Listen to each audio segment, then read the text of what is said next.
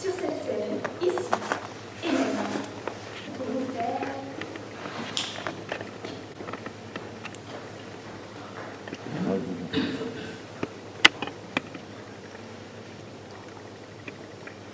la plus folle des propositions. Je serai belle et je ne vais pas paraître chaude.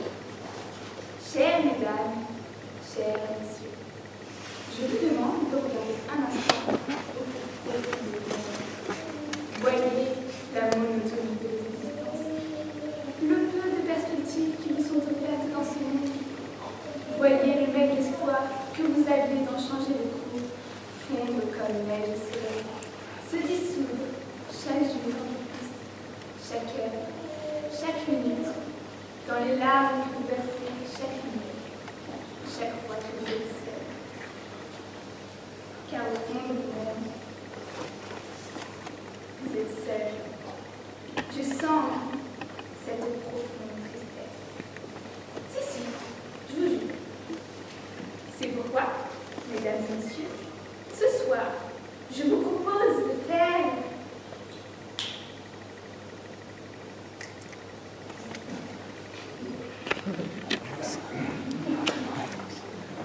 un bond dans le temps. En effet, mesdames et messieurs, ce soir, je vous propose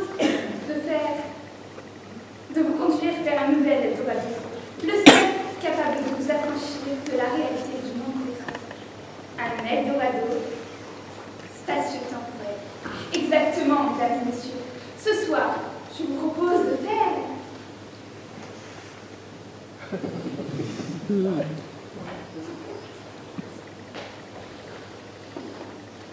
un grand voyage.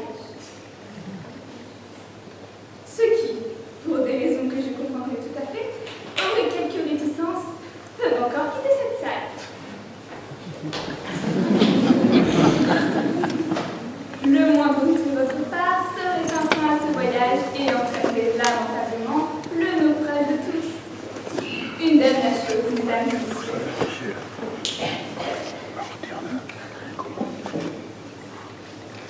Bien sûr, ce voyage est un mais permettez que j'en assume entièrement la charge. Si, j'insiste. En effet, ce voyage ne pourra se faire qu'au prix de ma vie. Exactement, mesdames et messieurs. Ce voyage, je vais le payer de ma personne, là, devant vous, ce soir. Je sens déjà votre stupéfaction. Oh non, je ne demande aucune compassion de votre part. Aucune supplication ne pourra me faire revenir sur ma décision. Encore une fois, mesdames et messieurs, je vous demande de regarder au plus profond de vous-même. C'est la seule chance qui vous est offerte. Il n'y en aura pas d'autre. Alors, si vous le voulez bien.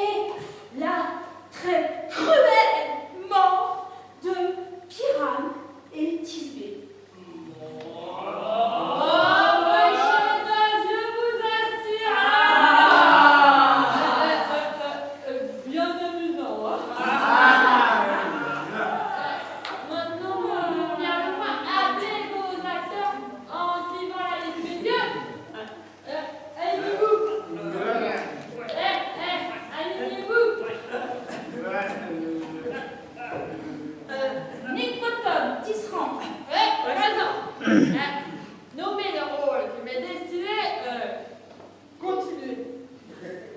Vous, Nicotin, vous êtes inscrit pour le rôle de pirate.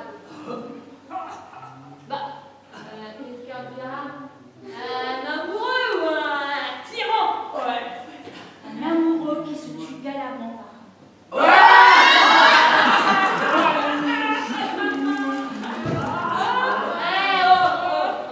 Pour bien jouer ce rôle, il faudra qu'il me pleure.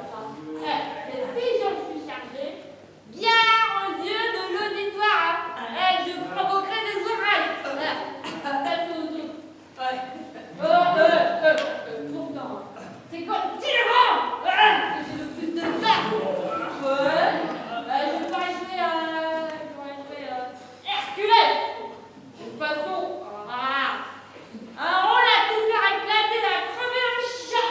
Ouais, furieux, Un commandant soufflet.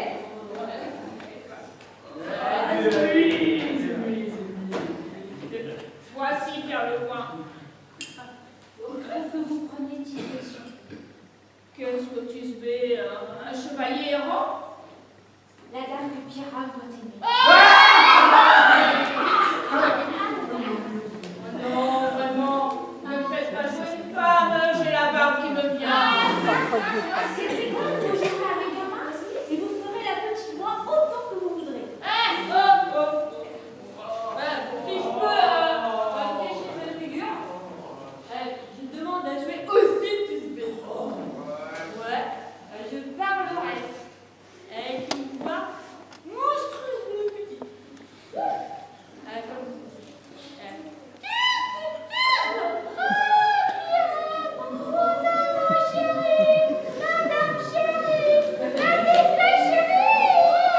Non, vous, autant, vous devez jouer pirate. Plus, Tisbé, tout à droit, les premiers. Voici Pierre Le Comte. Vous, le père de Tisbé, de pirate. Moi, le père de Tisbé. Étriquez le menuisier. Vous jouerez le rôle du lion. Et voilà, je l'espère, qui est bien distribué.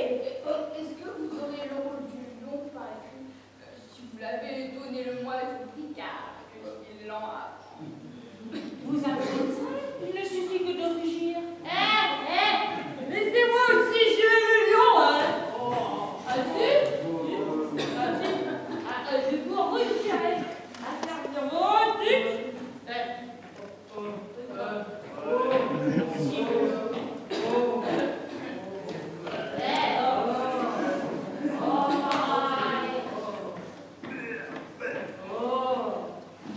Qu'il rugisse encore! Qu'il rugisse encore!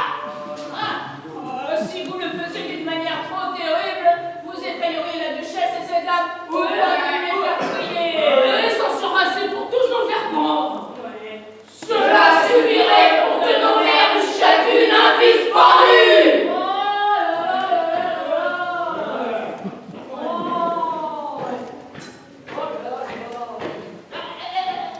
Je vous rugirai à voir que ça vous signale.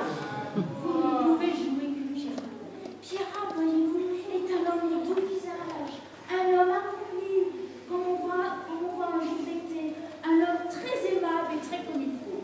Donc, il faut absolument que vous jouiez Pierre. Alors, je m'en chercherai.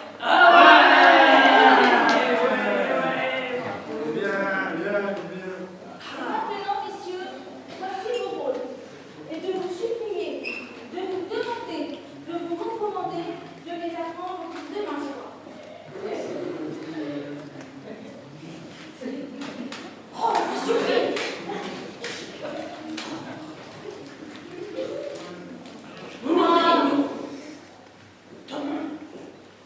Dans le palais, loin de la ville, au clair de lune.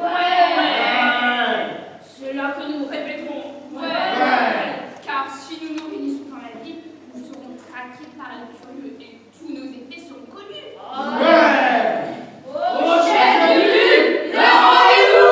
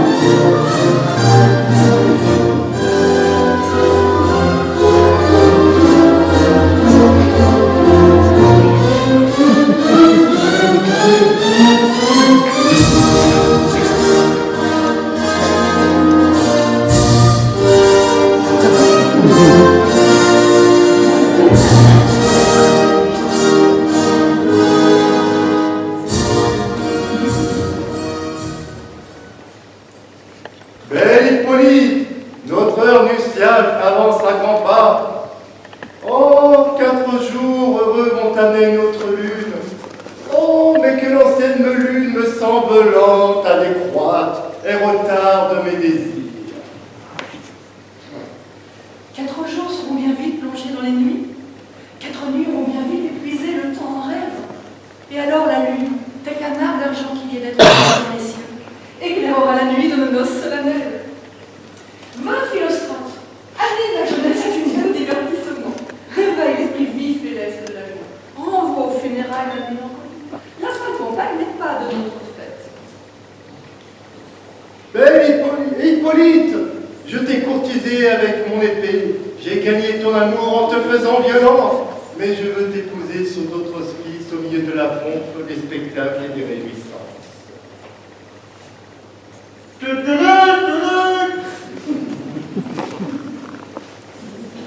Heureux soit Thésée, notre duc renommé. Merci, mon bon léger. Quelle nouvelle m'apportes-tu? Je viens tout tourmenter, me plaindre de mon enfant, de ma fille Hermia.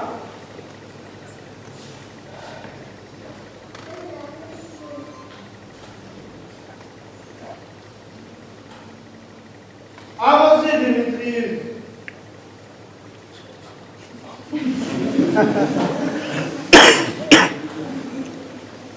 Ce jeune homme, mon noble seigneur, a mon consentement pour l'épouser. Avancez, disant.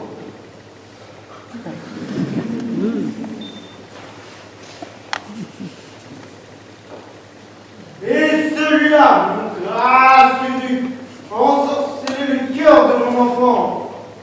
Oui, c'est toi, disant, toi qui lui as donné ses perles et qui as échangé avec ma fille des gages d'amour. Tu vas aux prières de lune chanter des vers sous sa fenêtre.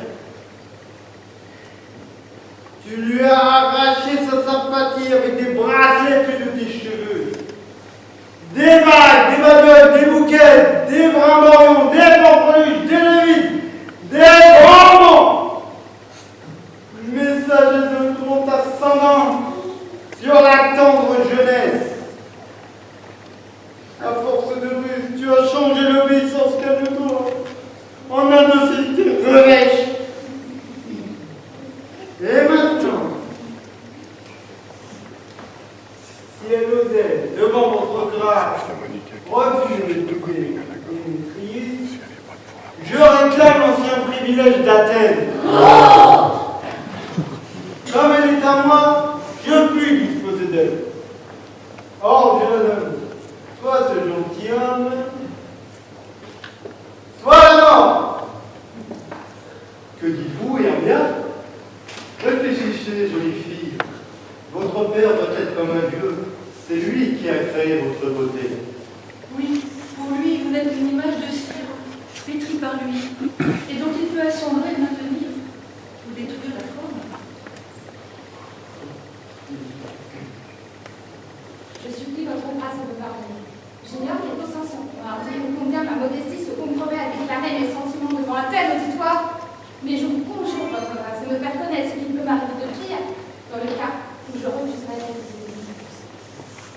C'est ou de jurer de subir la mort, ou pour toujours d'assurer la société des hommes. Ainsi, belle amie, interrogez-vous beaucoup, consultez votre jeunesse, examinez bien vos sentiments.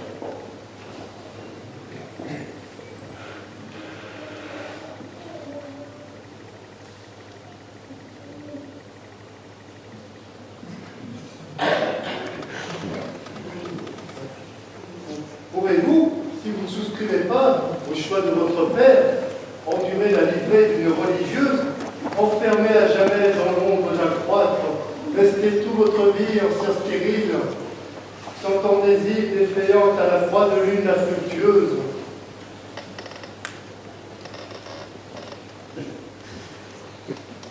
Trois fois sainte, celle qui maîtrise assez leur sens pour accomplir ce pèlerinage virginal.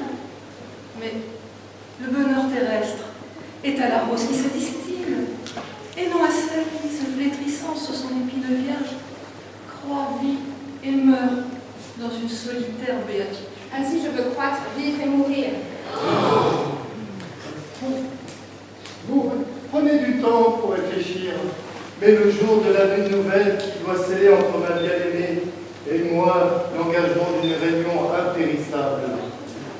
Ce jour-là, soyez prête à mourir pour avoir désobéi à la volonté de votre père ou à épouser Démétrius comme il le désire.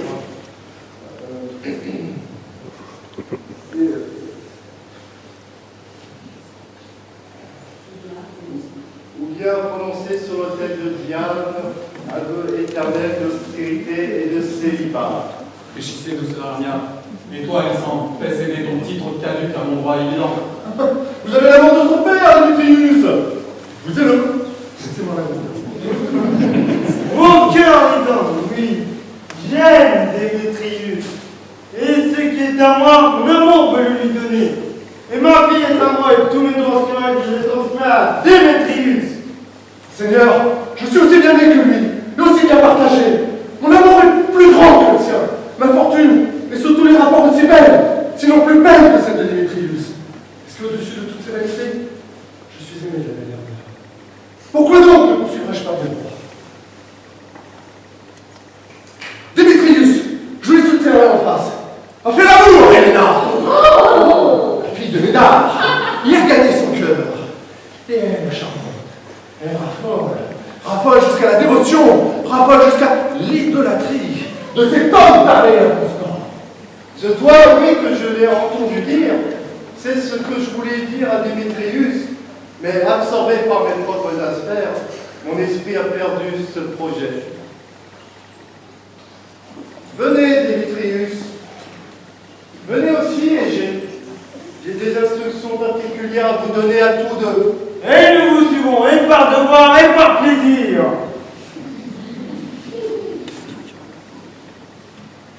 Quant à vous, Hermia, exactement.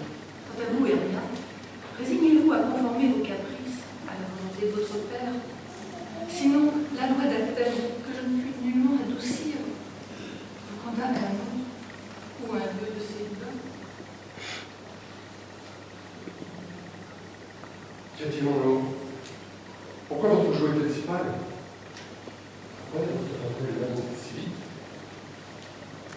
Peut-être faute de plus, je pourrais bien en faire tomber par un orage de mes yeux. Hélas, d'après tout ce que j'ai pu lire dans les histoires, m'a fait de dire, l'amour vrai n'a jamais suivi la ainsi. Tantôt, ça a été la différence de naissance. Aux contrariétés, être engagé à plus jeune que soi. Tantôt, on a mal été greffé sous le rapport. Au malheur, être enchaîné à plus bas que soi. Tantôt, t'avais rendu le choix. Au enfer, choisir ses amants par les yeux d'autrui. Écoutez-moi, j'ai une tante qui est veuve, une douairière, qui a de gros revenus et n'a pas d'enfant. Elle demeure respectueuse d'Athènes et me traite comme son fils unique. Bien gentil, je dois t'épouser. Dans ce lieu, la cruelle loi d'Athènes ne pourra me poursuivre. Ainsi, si tu m'aimes, émane-toi de la maison de ton père de ma soirée. Je t'attendrai dans les bois, à une lieue de la ville, là où je t'ai déjà rencontré avec Helena pour fêter la première aurore de juin. Mon bon Lisandre, par l'arc le plus puissant de Cupidon, demain sans faute, j'irai te rejoindre. C'est ta promesse. Regarde, voici le nez, Helena. Que Dieu assiste ma belle Léna.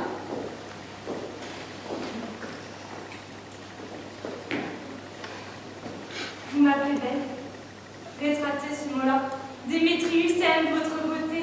Ô heureuse beauté. Si le monde était à moi, Démétrius, accepté, je donnerais tout le reste pour être changé en vous. Oh, apprenez-moi vos façons d'être. Par quel arbre les battements du cœur de Démétrius. Plus je le hais, plus je lui fais l'amour, plus il me donne son amour. Oh, puis votre nom enseigne sa magie aussi. Plus je le hais, plus il me poursuit. Oh, puis mes prières réveillent la même affection. Je lui donne une malédiction, pourtant il me donne son amour. Plus je l'aime, plus il me l'aime. Console-le. Il me verra un joli visage. Helena, nous allons dérouler notre prière. Demain soir, à cette heure qui cache toujours le flux des amants, nous avons résolu de franchir à la dérobée la porte.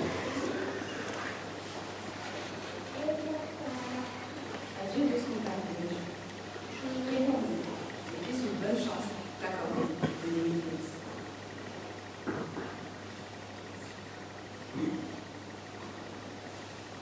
Tiens parole, Lisandre. Je tiendrai parole, mon Armia. Adieu, Helena. Puis Démétrius pour l'adoration. Comme il y a des êtres plus heureux que d'autres, je passe en Athènes pour être aussi belle qu'elle. Ma quoi vous? Démétrius n'est pas de cet avis. Il ne veut pas voir ce que voient tous, excepté lui. Car avant que Démétrius n'embarquât les yeux vers moi, il jurait qu'il était à moi. C'était une grève de serment.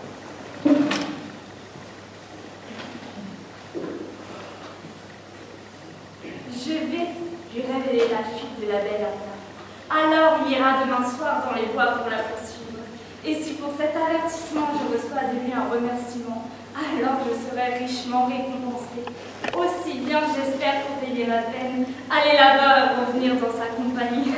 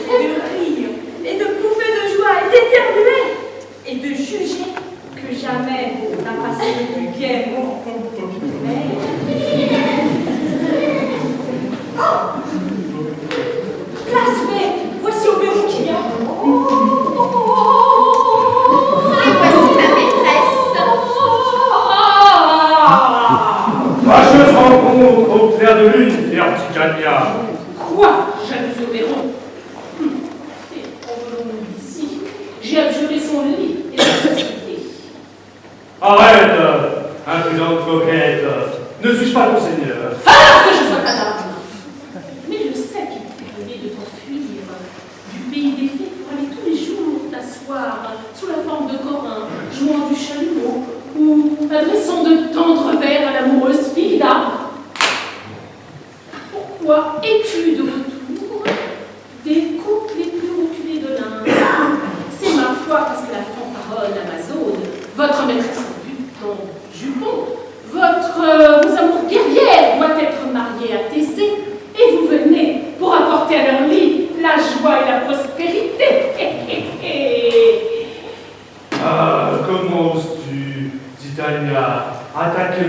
caractère à propos d'Hippolyte, sachant que je sais ton amour pour Thésée. Ne l'as-tu pas, à la lueur de la nuit, emmené des bras de Périgénie qui l'avait ravi? Ce sont les impostures de la jalousie. Que de fois, l'été, dans le bois, dans le vallon, près d'une source cailloutée ou d'un ruisseau bordé de joncs ou d'une plage baignée de vagues, nous avons essayé de danser nos rondes au sifflement des vents. Mais tu as troublé nos cœurs, nos jeux de tes querelles. Mettez-y donc à terre, cela dépend que de vous. Pourquoi Titania contrarierait-elle son obéron, alors que je lui demande qu'un petit enfant volé pour en faire mon page? Que votre cœur s'y résigne. Tout l'empire des fées ne me paierait pas cet enfant. Sa mère était une adoratrice de mon ordre. Que de fois, la nuit, dans les rondes de l'Inde, nous avons causé côte à côte. Assis ensemble, sur le sable jaune de Neptune, nous observions sur les flots les navires marchands et nous rions, oui, nous rions de voir les voiles concevoir et s'arrondir sous les caresses du vent. Alors, faisant gracieusement mine de nager, avec son vent gros alors de mon jeune écuyer, elle les imitait et voguait sur la terre pour aller chercher d'où nous présents et s'en revenir comme après un long voyage avec une riche cargaison. Mais elle était mortelle et elle est morte de cet enfant. Et j'élève cet enfant pour l'amour d'elle et pour l'amour d'elle. Je ne veux pas me séparer de lui. Donne-moi cet enfant! Non, pas pour tout ton royaume. C'est partout où si nous restons plus longtemps, nous nous fâcherons tout de bon. Soit, va ton chemin. Mais tu ne sortiras de ce bois sans que je ne t'ai châtié pour cet outrage. Viens ici, mon gentil père. Tu te rappelles l'époque? Je me rappelle. L'époque où je vis voler à travers la froide lune et la terre, Cupidon tout armé. Il visa une belle vestale. Je remarquai cependant où le trait de Cupidon tomba sur une petite fleur d'Occident, autrefois blanche comme le lait, aujourd'hui empourprée par sa blessure, que les jeunes filles appellent pensée d'amour. Va me chercher cette fleur. Je t'en ai montré une fois la feuille. Son sucre, étendu sur les paupières endormies, peut rendre la personne, femme ou homme, amoureuse folle de la première créature vivante qui lui apparaît. Va me chercher cette plante. Quand une fois j'aurai son sucre, j'écrirai Titania dans son réveil, dans son sommeil, et j'en laisserai tomber une goutte sur ses yeux. Quand elle se réveillera, le premier être qu'elle verra, que ce soit un lion, ou un ours, ou un loup, ou le singe le plus taquin, ou le magot le plus tracassier, elle le poursuivra jusqu'à l'âme de l'amour.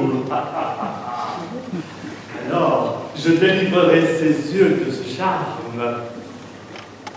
Mais avant, je la forcerai à me livrer son page. Mais tu viens ici. Je suis invisible et je vais écouter cette conversation. Je ne t'aime pas, donc ne me poursuis pas. Où est Lysandre? Qui est la belle Hermia? Tu m'as dit qu'il s'était sauvé dans ce bois. Nous voici dans ce bois aux abois de nos parents, Hermia. Hors d'ici, va-t'en, cesse de me suivre. C'est vous qui m'attirez, vous, dur cœur dément. Perdez la force d'attirer, je n'aurai pas la force de vous suivre. Est-ce que je vous entraîne? Est-ce que je vous encourage? Est-ce qu'au contraire, je ne vous dis pas avec la plus entière franchise, je ne vous aime pas, je ne puis vous aimer? Et je vous en aimerai davantage. Je suis votre espagnole. N'excite pas trop mon aversion. car je souffre quand je te regarde. Et moi aussi, je souffre quand je vous regarde. C'est compromettre votre pudeur que de quitter la cité et de vous livrer à la merci d'un homme qui ne vous aime pas. Exposé aux tentations de la nuit, aux mauvais conseils d'un lieu désert, le riche secret de votre virginité. Il me fait panique quand je vois votre visage. Je veux m'échapper de toi, et me cacher dans la fougère, et te laisser à la merci des bêtes féroces. La plus féroce n'a pas de cœur, comme vous. Je ne veux plus écouter tes subtilités. Laisse-moi, cesse de me suivre. Ou si tu me suis, sois sûr que je te ferai outrage dans les bois. Hélas, dans le temps, dans la ville, dans les champs, partout vous me faites outrage. Fille Démétrius, je veux te suivre et faire un ciel de mon enfer en mourant de la main que j'aime tant. Adieu, nymphe. Avant qu'il ait quitté ce allié, c'est toi qui le fuiras, et c'est lui qui recherchera ton amour. Paul, as-tu la fleur? Paul, qui?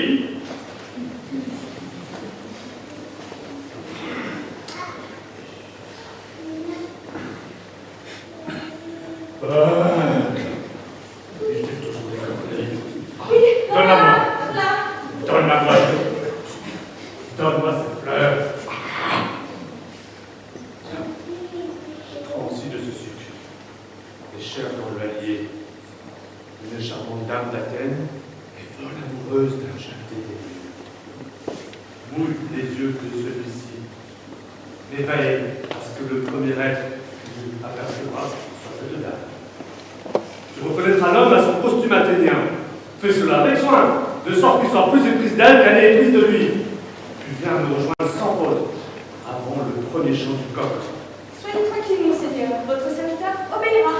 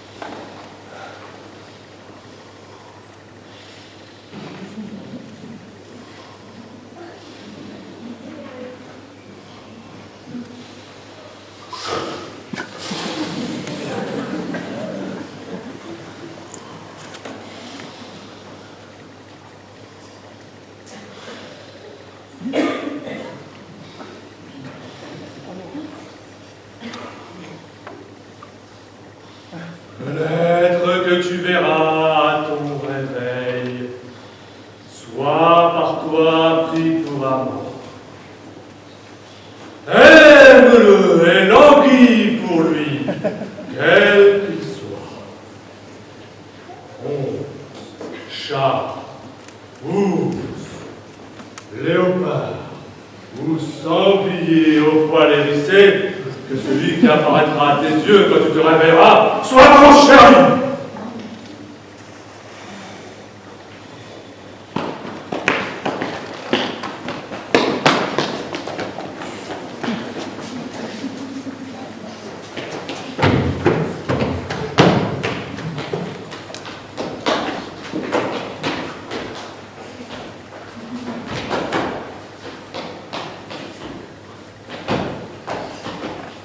Vous savez bien, vous êtes exténué et rien si dans les bois. Vous dire vrai, j'ai oublié notre chemin. Nous nous reposerons ici. Nous attendrons la clarté ce courant du jour. Soi-disant, cherchez un lit pour vous. Moi, je vais reposer ma tête ici.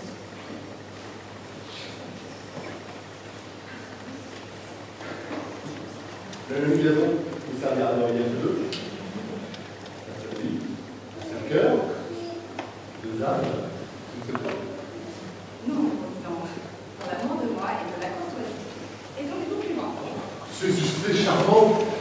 Donc, c'est puissance. Amour. Attention.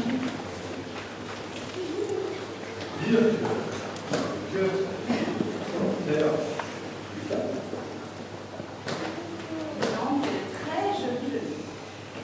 Mais au nom de l'amour et de la courtoisie, c'est les mots moins près.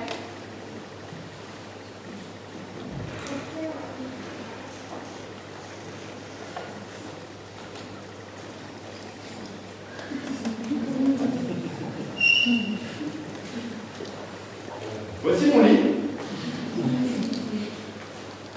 Que le sommeil t'accorde son repos. Tu en gardes la moitié pour apaiser tes yeux.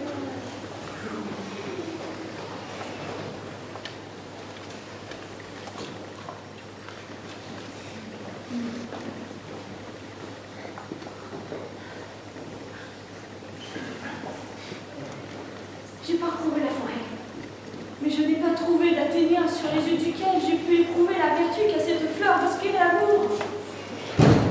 Mais silence. Et cet homme porte un costume athénien.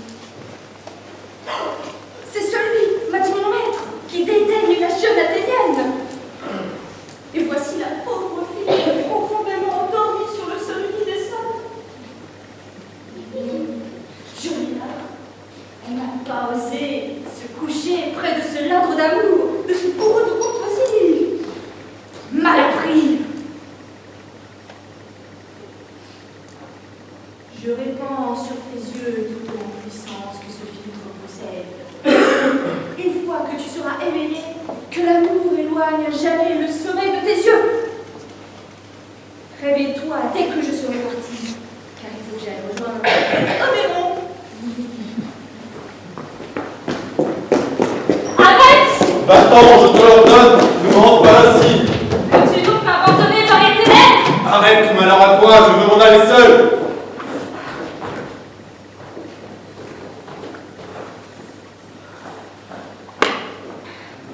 Cette chasse est perdue, ma mise en danger. Plus je prie, moins je tiens grâce.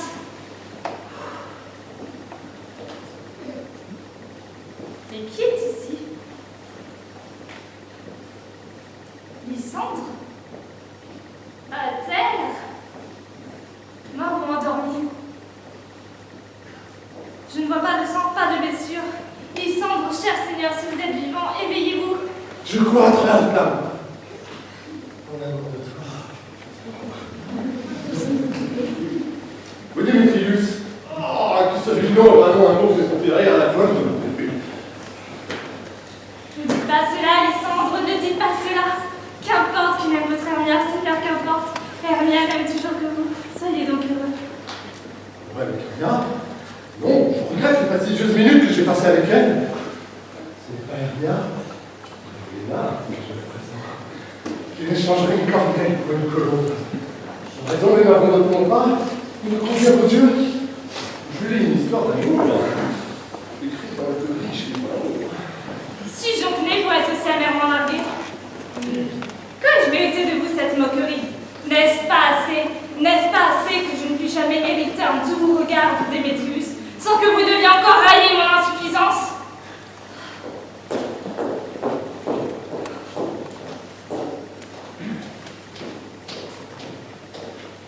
Hermia, dors là, toi, et puisses-tu ne jamais arracher tes dents.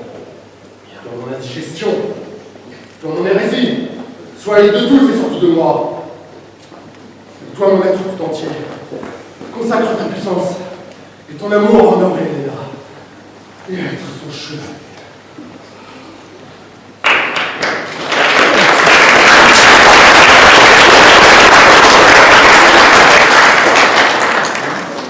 Secours, Lisant! Tâche d'arracher ce serpent qui rampe sur mon sein! Ah! Quel était ce rêve? Regarde, Lisant, comme je tremble de frayeur. Lisant! Lisant!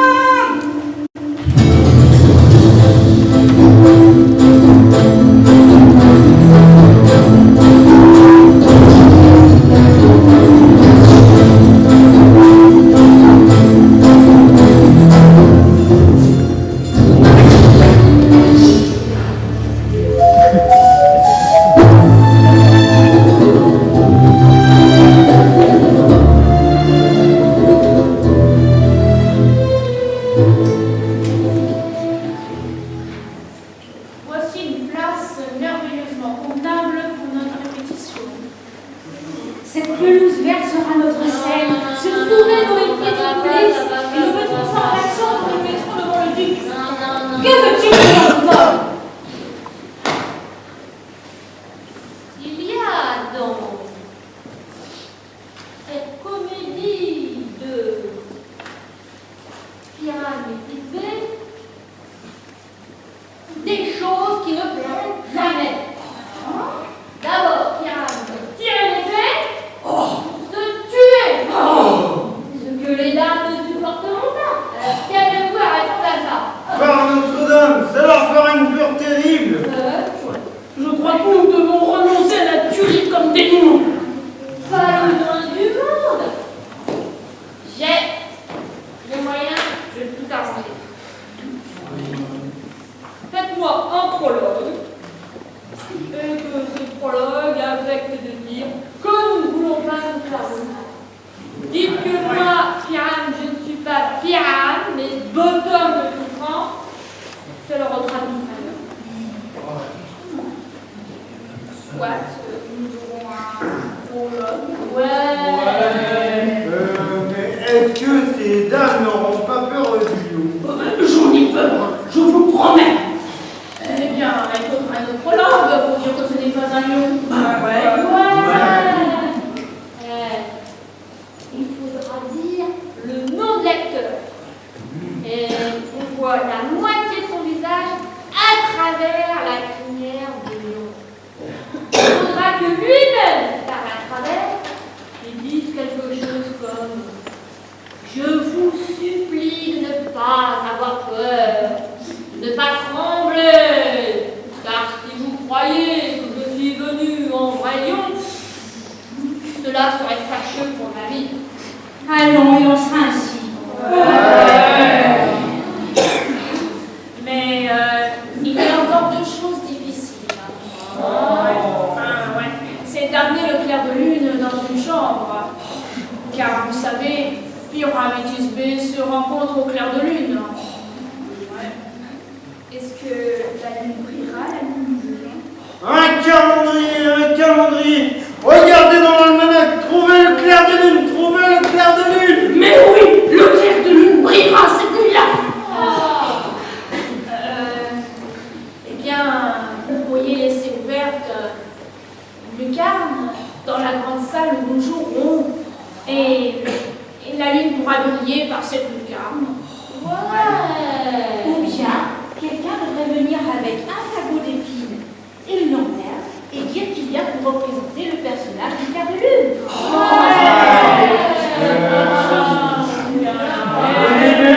Il y a encore autre chose. Il faudrait que dans la grande salle, nous ayons un mur. Car Pyramétis B dit histoire causée à travers les fentes d'un mur.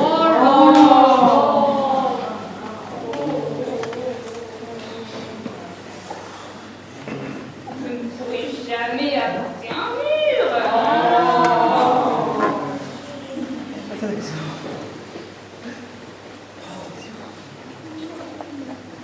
Qu'en dites-vous, votre homme? Un homme ou un autre devra représenter le mur. Il faudra qu'il ait sur lui du plâtre, ou de l'argile ou de la chaux pour figurer le mur. Et qui tienne ses mains comme ceci. Et Pyram et Thisbé chuchoteront à travers l'ouverture. Alors si ça se peut, tout va bien.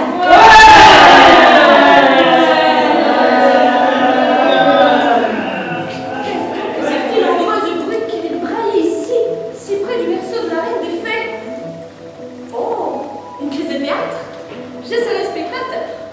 Peut-être acteur aussi, si j'en trouve l'occasion. Pyram, parlez, Thisbé, avancez.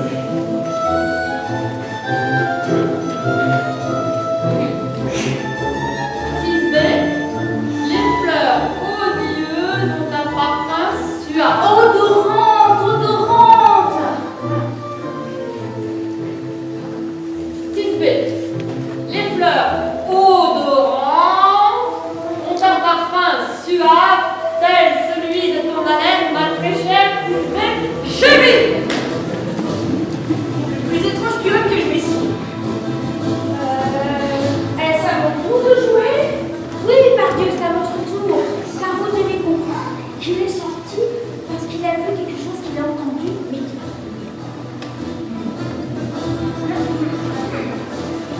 Très radieux Pyram, au teint blanc comme le lys, le plus piquant des jouvenceaux, et aussi le plus aimable juif, fidèle comme un fidèle coursier, j'irai te retrouver à la tombe de Nico. à la tombe de Linus. Vous ne devez pas dire ça encore.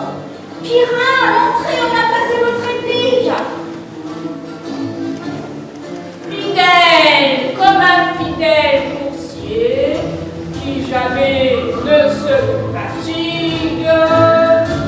Si je m'étais Thisbé, je ne serais qu'à toi. Autant comme que je l'ai que je vois sur toi.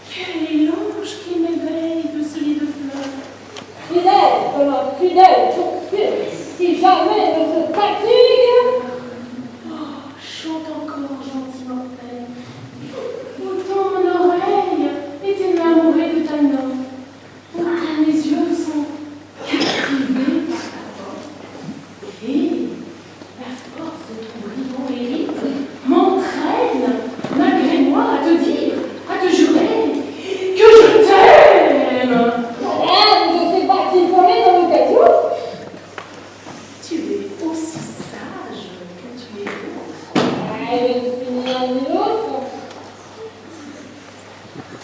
Ne me pas sortir de ce bois. Tu restes ici, que tu le veuilles ou non. Je suis un esprit d'un ordre plus commun. Et je t'aime! Donc viens avec moi. Je t'offrirai des fées. Et elles iront chercher des joyaux au fond de l'abîme. Et elles chanteront pour toi, tandis que tu dormiras sur un lit de fleurs pressées. Et tu iras après, tel un esprit aérien.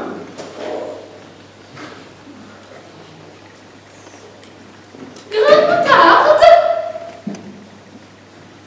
toi d'araignée, Me voici, me voilà. Où faut-il que nous allions?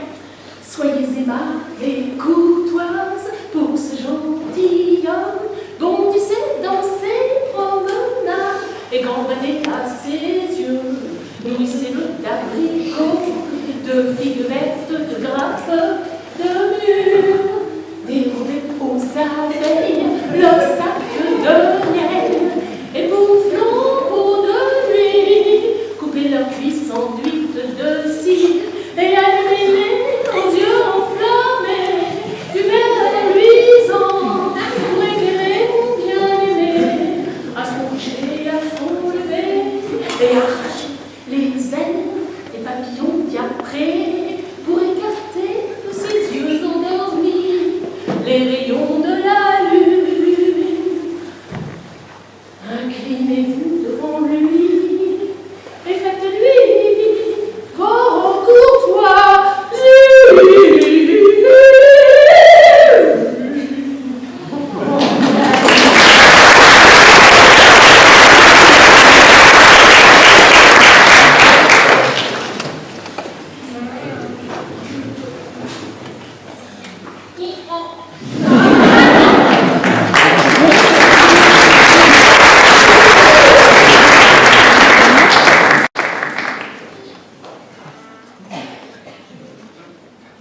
Je suis curieux de savoir si Titania s'est éveillée.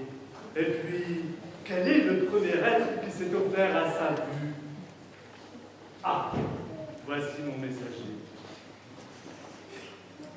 La maîtresse est amoureuse d'un monstre.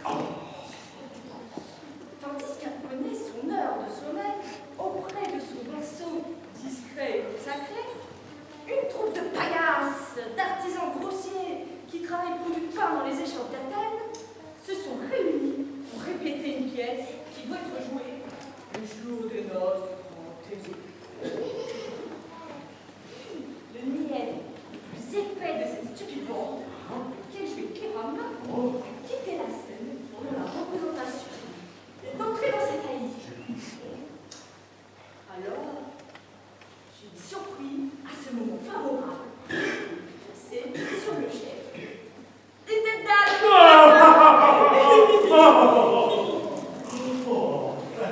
Alors, comme il fallait donner la réplique à sa petite bée, ça tombe au bol. Et c'est ainsi qu'à sa vue, tous ses camarades se sauvent. Je trépigne, et tous de tomber les uns sur les autres, et de crier « Au mort !» d'appeler à tête « Attaquons !» Ils laissent partout leurs dépouilles, et sur place, le tendre pirate métamorphosé. Et c'est ainsi qu'à sa fin, en fait, la reine s'est réveillée, et c'est aussitôt amouraché d'Anan. Oh, mais cela se passe mieux encore que je ne pouvais l'imaginer. Mais, dis-moi, as-tu oublié les yeux de l'Athénien, comme je te l'ai dit? J'ai le surpris dormant. C'est encore la chose. L'Athénienne était à ses côtés. À son réveil, comme nécessairement là,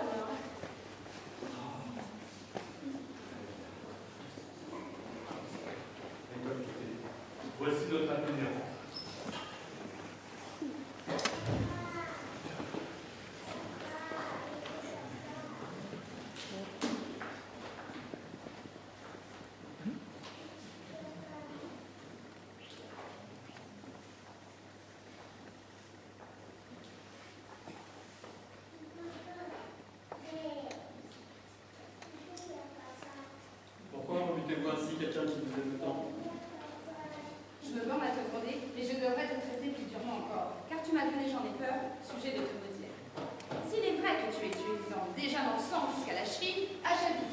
Et tue-moi aussi. Cette terre spectrale et sinistre est celui d'un assassin. C'est celui d'un assassiné. Celui que je dois avoir percé jusqu'au cœur par votre inflexible cruauté. Vous, pourtant, l'assassine, vous avez l'air aussi sereine, aussi radieuse que Vénus, la rose, sa célèbre.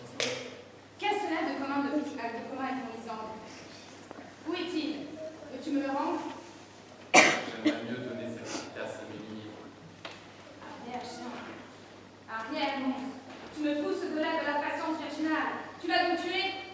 Cesse de compter parmi les hommes. Vous épuisez votre colère sur le mépris. Je ne suis pas souillé du sang de Lysandre, et il n'est pas mort, que je sache. Où est-il? Je t'en supplie. Dis-moi qu'il est sain et sauf. Si je pouvais le dire, gagnerais-je? Un privilège, celui de ne jamais le revoir. Sur ce, je fuis ta présence, exécrée. Et qu'il soit mort ou vivant, tu ne le verras plus. Inutile de la suivre, de cette humeur furieuse. Je vais me reposer ici quelques moments. Les charges du chagrin s'augmentent de la tête, sommeil en gros, le sommeil ne doit pas payer. Peut-être me donnera-t-il un léger acompte, si j'attends si c'est fort.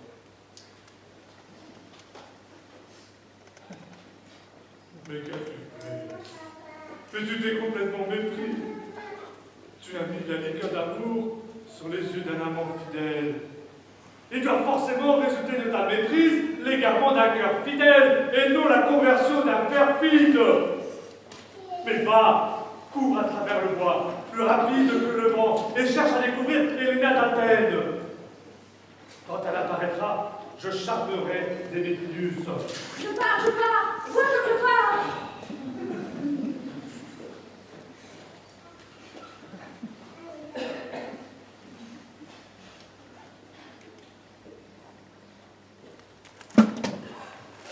Heure de nuance blessé par l'archer Cupidon. Mouille les yeux de celui-ci quand il cherchera son amant. Qu'elle brille aussi splendide que la lueur des cieux. Si à ton réveil elle est auprès de toi, à toi d'implorer un remède. Capitaine de la plante féerique, Héléna est de près ici. Et le jeune homme que j'ai jamais méprise, quand on dit qu'auprès d'elle, c'est son honneur d'amant. Assisterons-nous à cette embustade? Seigneur, que ces mortels sont fous. Et de l'autre côté, le bruit qu'ils vont faire réveillera Démétrius.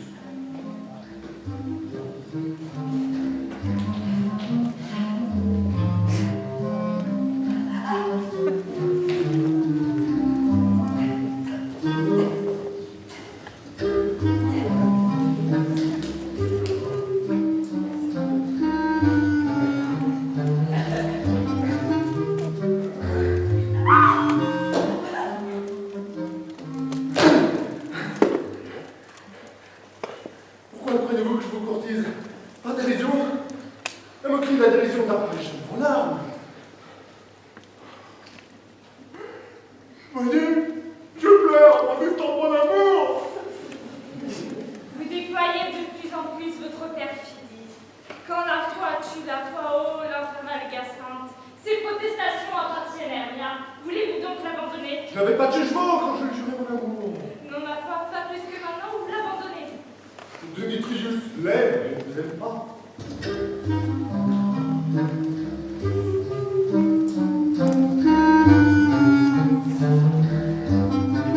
Oh, Héléna, déesse, nymphe, perfection divine, à quoi mon amour comparerai-je tes yeux, le cristal de la fange?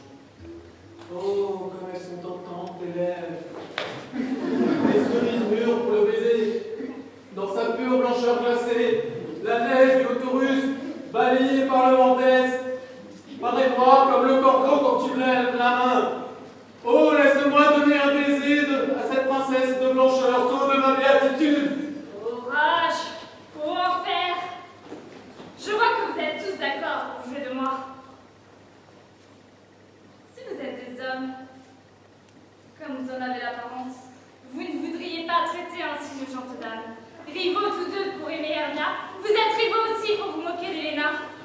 Vous êtes méchant, Démétrius. Vous aimez Hermia. Vous le savez, je le sais. Lysandre, garde ton Hermia. Je n'en veux plus. Si je l'aimais jamais, tout cet amour est parti. Mon cœur n'a séjourné avec elle comme un premier.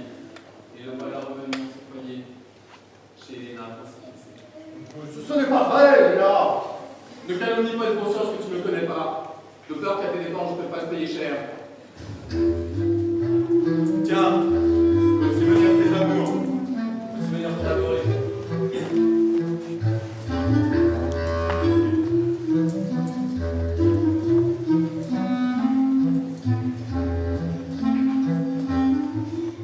La nuit noire qui suspend les fonctions de l'œil rend l'oreille qui compte l'apercevoir. Ce n'est pas par mes yeux, les anges, que tu as été trouvé, c'est par mon oreille, et je le remercie.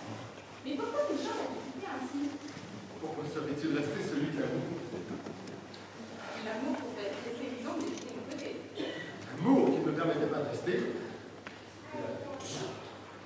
Vous ne parlez pas comme vous pensez, c'est impossible. Tenez, elle aussi, elle est de ce complot. Injurieuse, Hermia, bien gratte. Conspirez-vous? Êtes-vous liés avec ces hommes pour harceler de cette affreuse dérision? Avez-vous bien les confidences que nous faisions le mal? Nous savons d'être sœurs, les âmes passent ensemble alors que nous fondions le temps créatif pour nous séparer. Vous avez-vous tout oublié? Notre innocence enfantine, notre amitié de jour d'école? Vous pouvez nous confondre. Vous n'aurez pas. C'est vous, il me semble, qui me raillez. N'avez-vous pas excité Lysandre à me suivre par dérision et inventer mes yeux et mon visage et engager votre autre amoureux, Démétrius, qui n'a pas un instant me repousser du pied à m'appeler déesse, nymphe divine, rare, précieuse, céleste? Je ne comprends pas ce que vous dites. Oui, allez, persévérez, affectez les arnaques, faites-vous des grimaces, moi je tourne le dos. Soutenez la plaisanterie. Arrête, gentille Héléna. Écoute mes excuses. Mon amour. Ma vie. Ah, parfait. Cher, cesse de la railler ainsi. Si les prières ne les dissipent pas, je puis employer la force. Ta force ne t'aiderait pas plus que ces faibles supplications. Tes menaces sont aussi faibles. Héléna, je t'aime. Sur ma vie, je t'aime. Ceci fait que je suis prêt à perdre pour toi, de convaincre de mensonge quiconque dit que je ne t'aime pas. Dis-moi que je t'aime plus qu'il ne peut t'aimer. Oh, si tu prétends cela, allez, réponds-le. Sur le champ, allons! Lisandre, à quoi tend tout ceci? Oh, arrière, vous êtes choqué. Non, non, monsieur, affectez de vous emporter. Faites mine de me suivre, mais ne venez pas. Vous êtes un homme apprivoisé? Allez! Je vois des créatures, je vais souffrir de moi comme un serpent. Pourquoi êtes-vous devenu si grossier? À quoi est dû ce changement, mon doux amour? Amour. Arrière, pauvre tartare. Arrière, médecine dégoûtante. Aux 12 potions dans le doigt. Vous plaisantez, n'est-ce pas? Oui, sans doute, et vous aussi. Démétrius, je te tiens la parole. Je voudrais bien avoir votre billet, car je le vois, un faible lien vous retient. Je ne me fie pas à votre parole. Et de quoi? Dois-je la frapper, la blesser, la tuer? J'ai beau la haïr, je ne veux pas lui faire du mal. Eh, haïr, pourquoi? Pourquoi m'avez-vous donc quitté? Quitté sérieusement? Ah, les dieux m'en préservent. Oui, et avec le désir de ne jamais me revoir. Ainsi, n'est-ce plus d'espoir, de doute, d'incertitude. Ce n'est pas les plaisanteries, rien de plus vrai. Je te hais.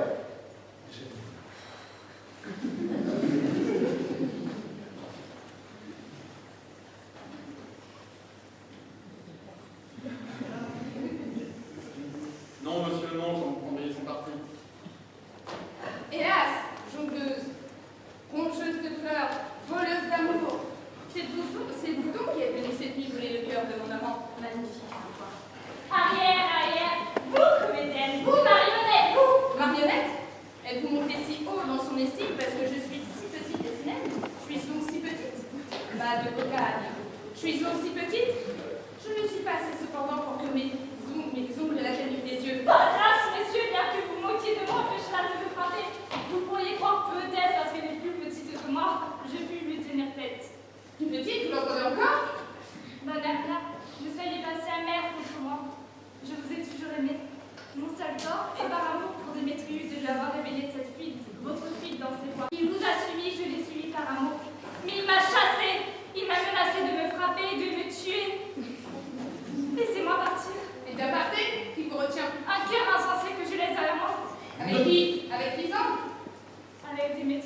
ne te fera plus mal, Helena.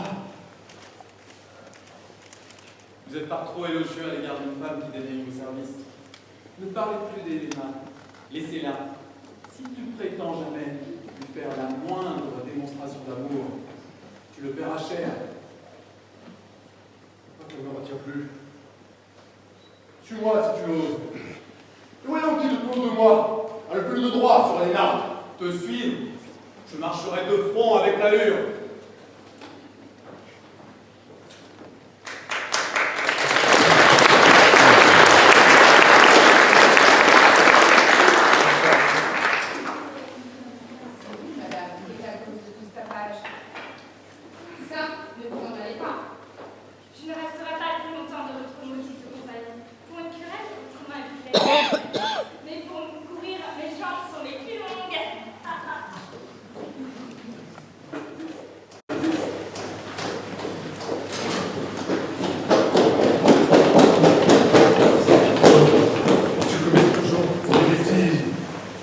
Mais pas des coquilleries volontairement. Croyez-moi, roi des ondes, j'ai fait une méprise. Ne m'avez-vous pas dit que je reconnaîtrais l'homme de son costume athénien? Mon action est donc irréprochable, en ce sens que c'est un Athénien dont je lui ai fait les yeux. Je suis satisfait du résultat, en ce sens que leur querelle me paraissent fort réjouissantes. Tu vois, ces amoureux cherchent un lieu pour se battre. Mais dépêche-toi donc, peuple. Assombrit la nuit, que l'un ne puisse rencontrer l'autre. Tantôt, contrefile la voix de Lysandre, en surexcitant Démétrius par des injures amères. Tantôt des blatères avec l'accent de Démétrius. Ah, écarte-les ainsi l'un de l'autre, jusqu'à ce que sur leur front, le sommeil imitant la mort pénètre avec ses pieds de plomb et ses ailes de chauve-souris. Alors, tu écraseras sur le front de Lysandre cette herbe dont la liqueur a la propriété spéciale de dissiper toute illusion et de rendre aux prunelles leur vision accoutumée. Quand ils se réveilleront, toute cette dérision leur paraîtra un rêve, une fructueuse vision, et la paix sera à Athènes, où ils retourneront jusqu'à la fin de leur vie. Oh, j'irai demander à ma reine son petit Damien. Et puis, je délivrerai ses yeux, charmés de leur passion pour un autre. Et la paix sera morte.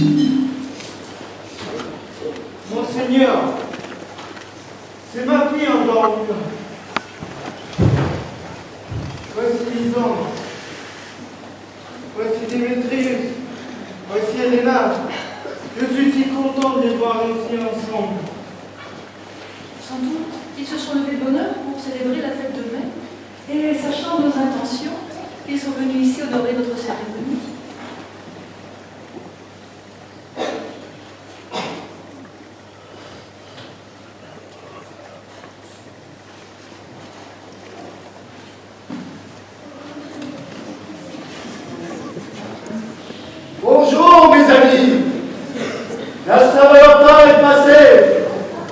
Levez-vous tous, je vous prie. Je sais que vous êtes rivaux et ennemis. D'où vient ce charmant accord qui fait que la haine, éloignée de toute jalousie,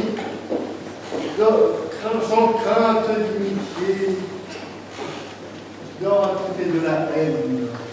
Monseigneur, je vous répondrai en homme pris, à moitié endormi, à moitié éveillé, mais je vous jure que je ne saurais vous dire comment je suis arrivé ici. Avec Larnia, nos intentions étaient de toute la terre. Assez, assez, Monseigneur, vous en savez assez. Il voulait se sauver, il voulait Démétrius, nous frustrer tous deux, moi de votre femme, vous de votre femme, moi de ma destinée qui est à votre femme. Je acclame la loi sur sa tête.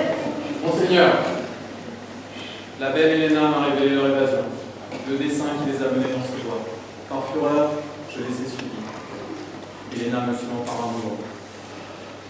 Mais, Monseigneur, je ne sais par quel pouvoir mon amour pour la fut comme neige. Ce n'est plus maintenant que le souvenir d'un vin en chèque dont je raffolais pendant mon enfance. Mais maintenant, toute ma foi, toute ma vertu, l'unique objet, l'unique joie de mes yeux, c'était Léna. C'était à elle que j'étais fiancé avant de rencontrer Amiral. Elle me répugnait comme la nourriture à un malade. Mais, avec le temps, j'ai retrouvé mon goût naturel. Et maintenant, je la désire.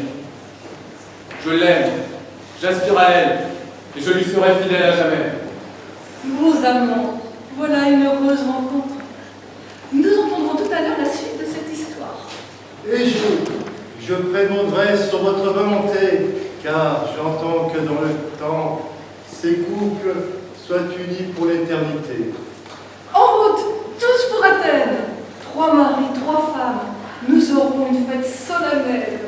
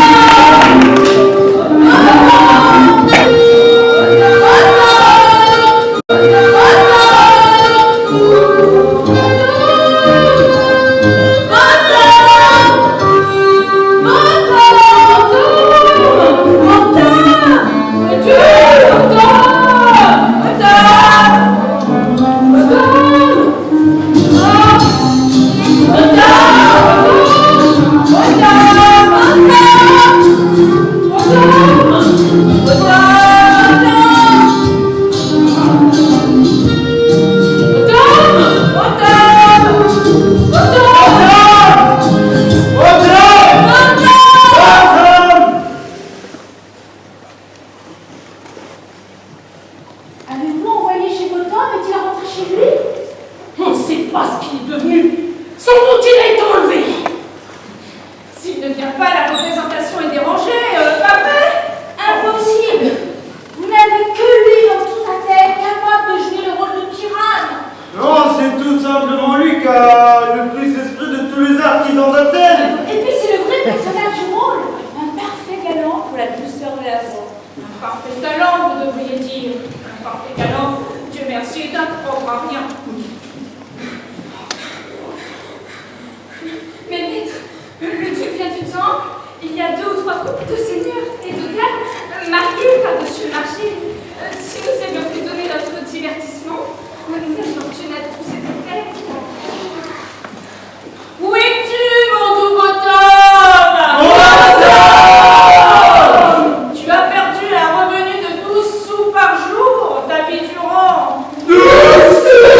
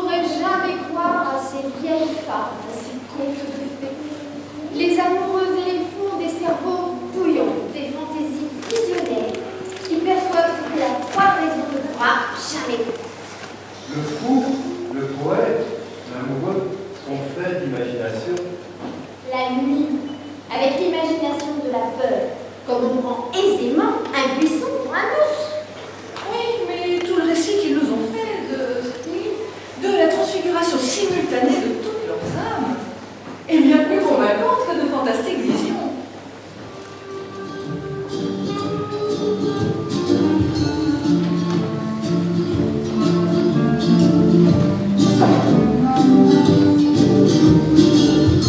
Voici venir nos amoureux, plein de joie et de gaieté.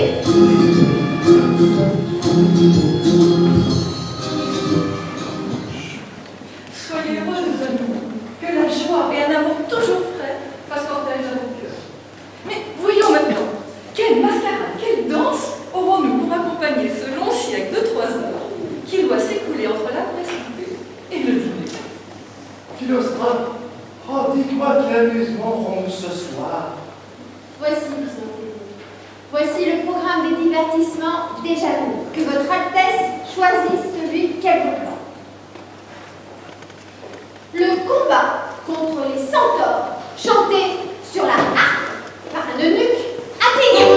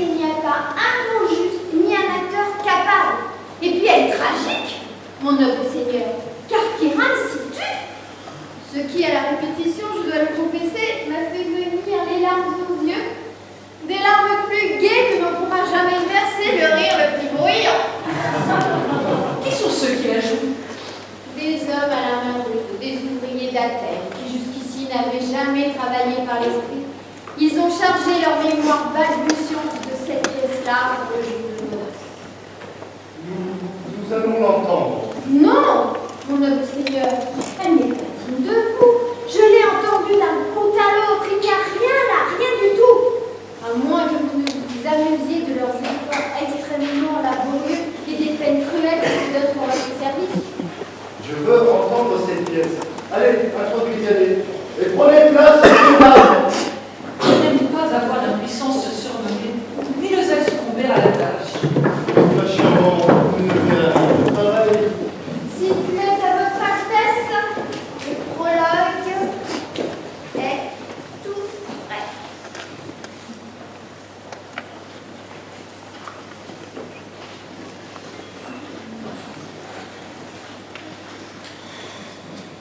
S'il nous déplaisant, c'est avec attention de vous persuader que nous venons, non pas pour vous déplaire, mais avec l'intention de vous montrer tout notre savoir-faire. Voilà le vrai commencement de notre Considérez donc que nous venons qu'avec appréhension, sans nulle idée de vous satisfaire. Nous ferons tous nos efforts pour vous charmer. Nous ne sommes pas là pour vous donner des regrets. Les acteurs sont tous prêts. Vous apprendrez ce que vous devez apprendre. Bravo. Ce gaillard-là ne s'arrête pas à la ponctuation. Il a monté son prologue comme un poulain sauvage sans savoir arrêter. Son speech était comme une chaîne embrouillée. Rien n'y manquait, mais tout était en désordre. Mais qu'avons-nous ensuite? Gentil auditeur, peut-être êtes-vous étonné de ce spectacle. Restez-le donc jusqu'à ce que la vérité vienne tout expliquer. Cet homme, si vous voulez le savoir, est Pyrrhane.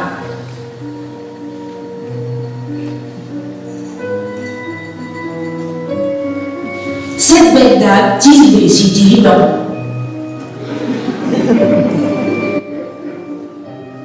Cet homme, avec son plâtre et sa chaux, représente un mur.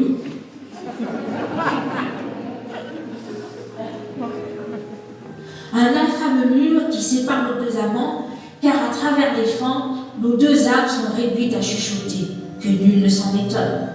Cet homme, avec sa lanterne, son chien, son fagot d'épines, représente le personnage du Pierre de Lune.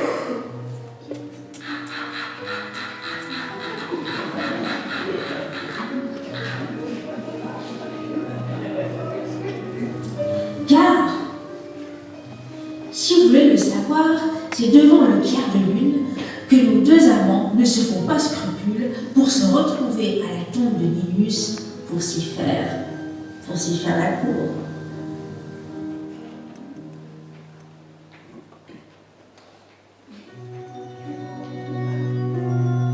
Cette affreuse bête a un nom Lion. Comme Thisbé se préparait à la première, il la fit fuir de peur, voire d'épouvante. Comme elle se sauvait, elle lâcha son mante, que cette infâme bête souilla de sa dent sanglante. Bientôt arrive Pyrrhane, jeune jouvenceau, très grand. Il découvre le cadavre de la mort de sa belle. De sa lame, de sa puissante lame, il embroche violemment son sein, dont le sang bouillonnant jaillit. Thisbé, qui attendait derrière un arbre, prend la bague et se tue. Pour tout le reste, le lion, le mur, le personnage du Pierre de Lune et les deux amants, ils vous raconteront toute la pièce. Je me demande si le lion doit parler. Rien d'étonnant à cela. Un lion peut bien parler quand il y a tant d'ânes qui parlent.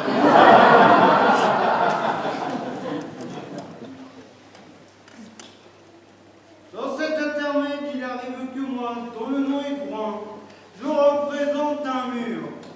Mais un mur percé de lézards et de fentes, à travers lesquels nos deux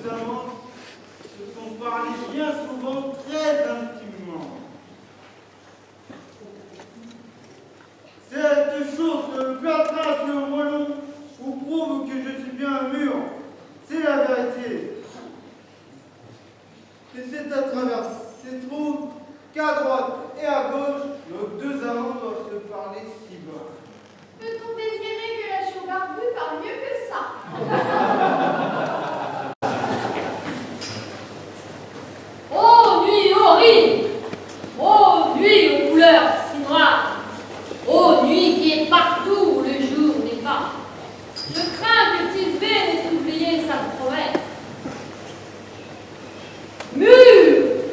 Oh mur! Oh doux et mage mur! Montre-moi ta fente que je hasarde un œil à travers! Je ne vois pas Tisbé! Oh méchant mur à travers lequel je ne vois pas mon bonheur!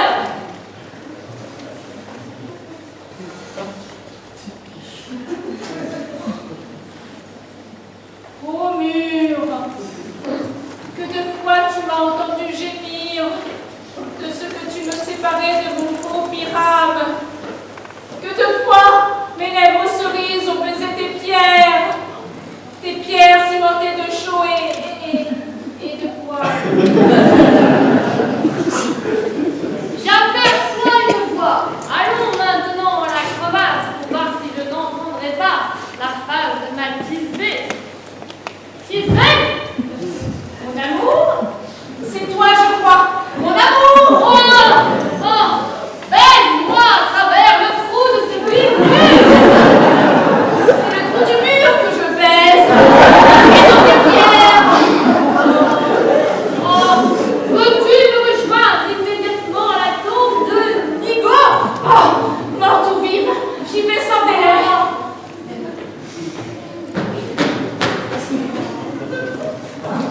Moi, le mur, j'ai joué mon rôle. Et je ne fais le mur sans mal.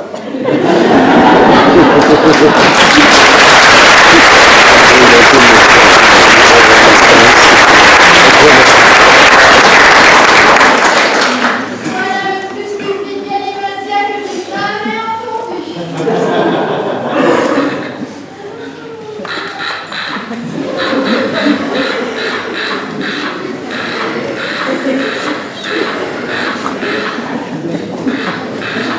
Mesdames, vous dont le Jean-Pierre est près de la souris la plus monstrueusement petite, vous pourriez bien ici frissonner et trembler en entendant un lion féroce de rugir de la façon la plus farouche.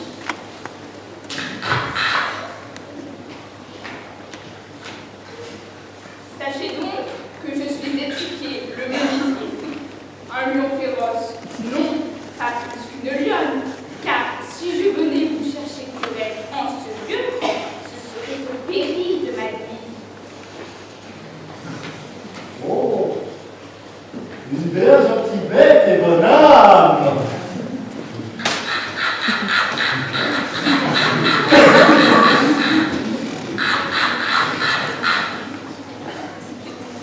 Cette lanterne représente la lune et ses cornes. Il aurait dû porter les cornes sur sa tête. Cette lanterne représente la lune et ses cornes. Et moi, je suis l'homme que l'on voit dans la lanterne. Voilà la plus grande des bébés. L'homme aurait dû se mettre dans la lanterne. Sans cela, comment peut-il être l'homme qu'on voit dans la lune? Cette lune-là m'ennuie. Je demande à changer en lune. Approché par son peu de lumière, elle est sur son déclin. Ce que j'ai à Pourtant, par courtoisie, en toute équité, laissons-lui prendre son temps. Tout ce que j'ai à vous dire, c'est pour vous déclarer que cette lanterne est la lune, et que moi je suis l'homme dans la lune, et que ce fagot d'épines est un fagot d'épines, et que ce chien est mon chien. Voici la tour du vieux Nigo. Mais où est mon amour?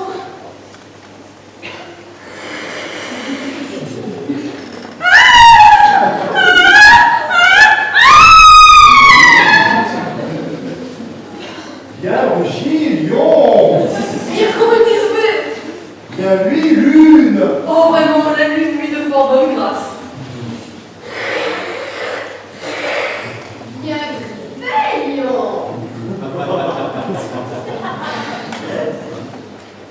Douce lune, merci de gérer vos colères.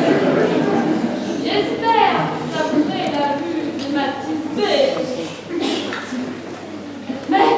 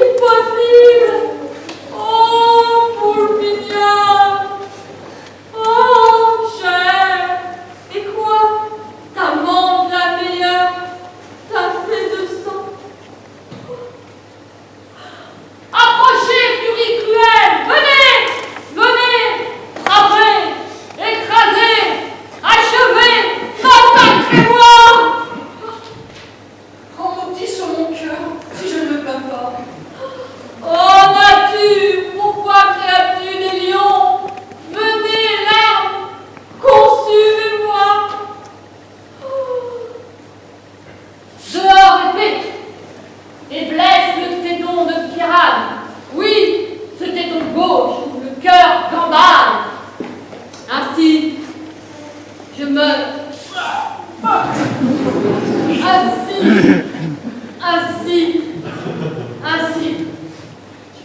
Maintenant, me voilà mort. Oh, maintenant, me voilà parti. Mon âme est dans le ciel. Et maintenant, voyez un décédé.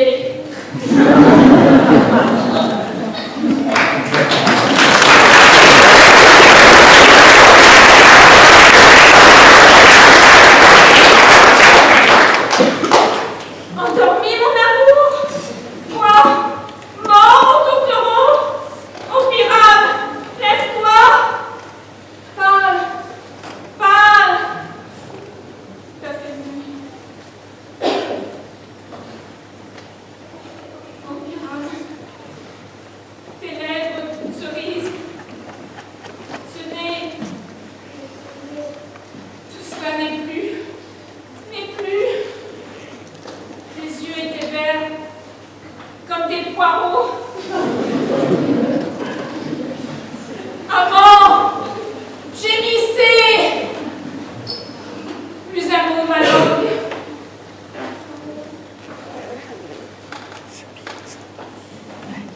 Épée, viens, fidèle épée. Viens, plonge-toi dans mon cœur. Adieu, ami. Adieu.